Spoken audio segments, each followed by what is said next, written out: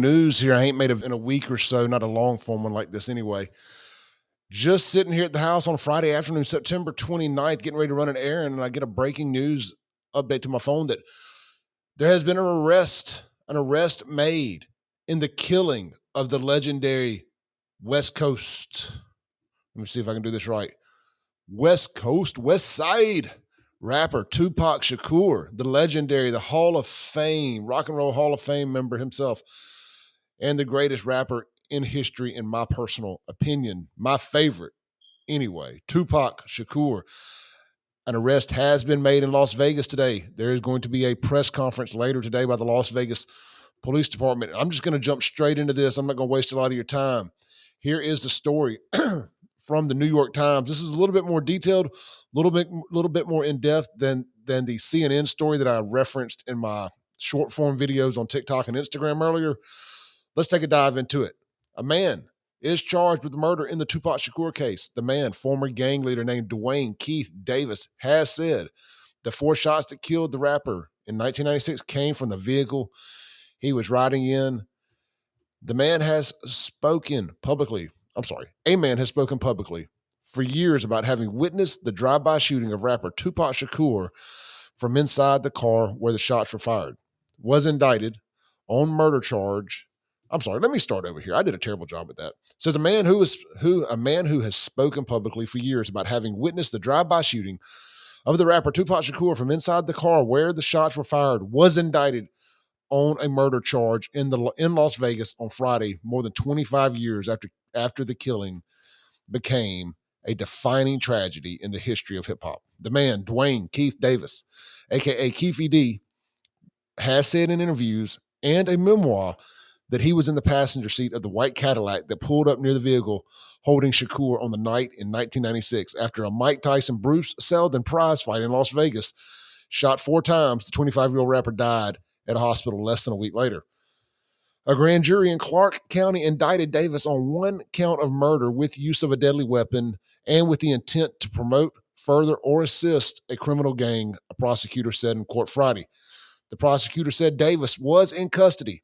Talk of the case was revived in July when Las Vegas Metropolitan Police Department executed a search warrant at the home in Henderson, Nevada that was connected to Davis. Davis, a former gang leader who goes by the name Keffe D, or sometimes Keef D, recounted the events leading up to and after the shooting in his 2019 memoir, describing a gang dispute that escalated after Shakur and his associates beat up Davis' nephew, Orlando Anderson, following the boxing match at the MGM Grand Hotel. Quote, them jumping on my nephew gave us the ultimate green light to do something, Davis said in his memoir, a Compton street legend. Tupac chose the wrong game to play. Davis avoided directly naming the person who opened fire in recent interviews, but in a taped confession released by a former Los Angeles Police Department detective who investigated Shakur's killing, Davis told the police that it had been Anderson, his nephew, who was known as Baby Lane. Anderson was questioned by officers investigating Shakur's death, but was killed in a shooting in 1998. Live by the gun, die by the gun, I guess. Davis has said he is the only person still alive who was in the Cadillac that night. In his memoir, Davis said that after the shooting, the men abandoned the car and walked the block to the hotel, picking the vehicle up the next day and taking it back to California. It sat for a couple of days and was taken to be cleaned and painted before it was returned to the rental agency, Davis said. By that point, it was too late for any forensics to be accurate and reliable, he noted. Just 5 years into his career as a major label solo artist, when he was killed, Shakur had already become one of the most popular rap artists of the 1990s with albums such as Me Against the World, on which he rapped about life imperiled by violence, and All Eyes on Me, one of the genre's first double albums.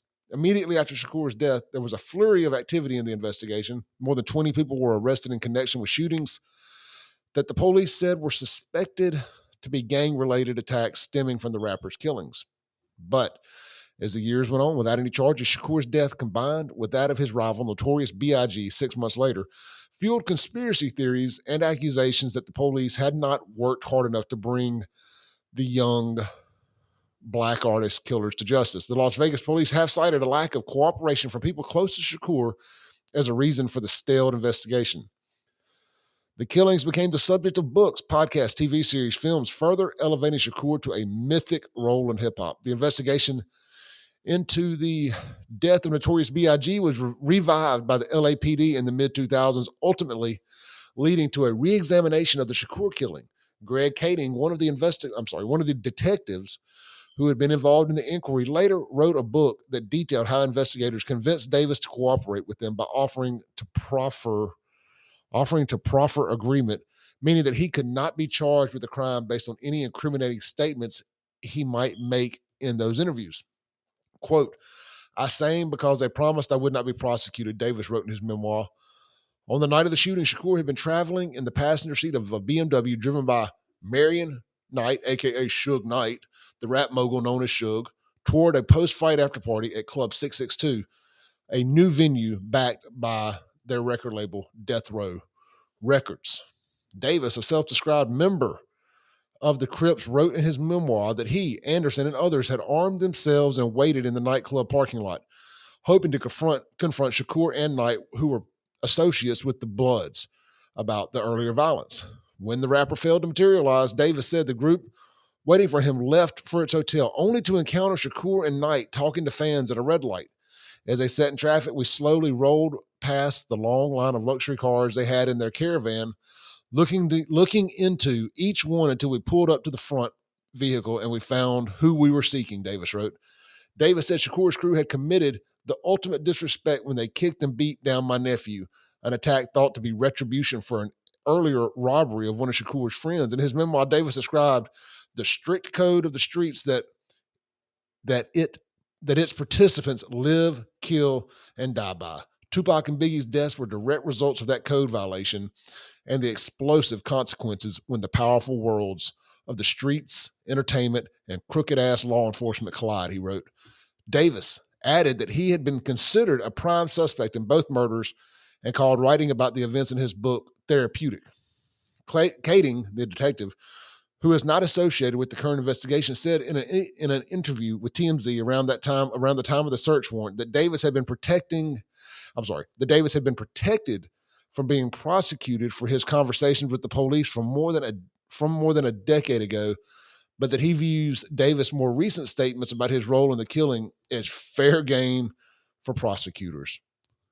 Wrapping this up, sitting for an interview with rap chronicler known as DJ Vlad, vlogger is what they're trying to say here, DJ Vlad this year, Davis was asked whether he was concerned that his disclosures could lead to prosecution. Davis, who has described himself in his memoir as having run a multi-million-dollar nationwide drug empire and was incarcerated for roughly 15 years, partly on federal charges, said he wasn't scared of prison. They want to put me in jail for life, he said. That's just something I got to do. What an idiot. Good Lord, I feel dumber after reading that. Let me do away with this screen here. What an idiot. Sorry if I stumbled through that a little bit with my reading there. Some people write things better than others. Look, we all know what happened here. Tupac got killed. Biggie got killed. A lot of the stuff I'm seeing on Twitter suggest that possibly Puffy could have been behind this somewhat. We'll see. I mean, people's throwing all kind of accusations around. There'll be a press conference later today.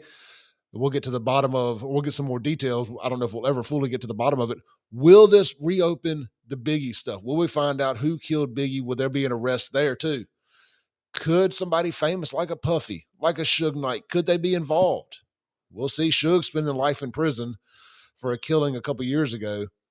When they were filming the NWA movie, he ran over a guy when he went to visit the set because he didn't think he was getting paid for his portrayal in the movie or something along those lines. But man, this is big news. If you grew up in the 90s like I did, this is huge news. I'm uploading this to the audio-only portion of my podcast, so you can go find that.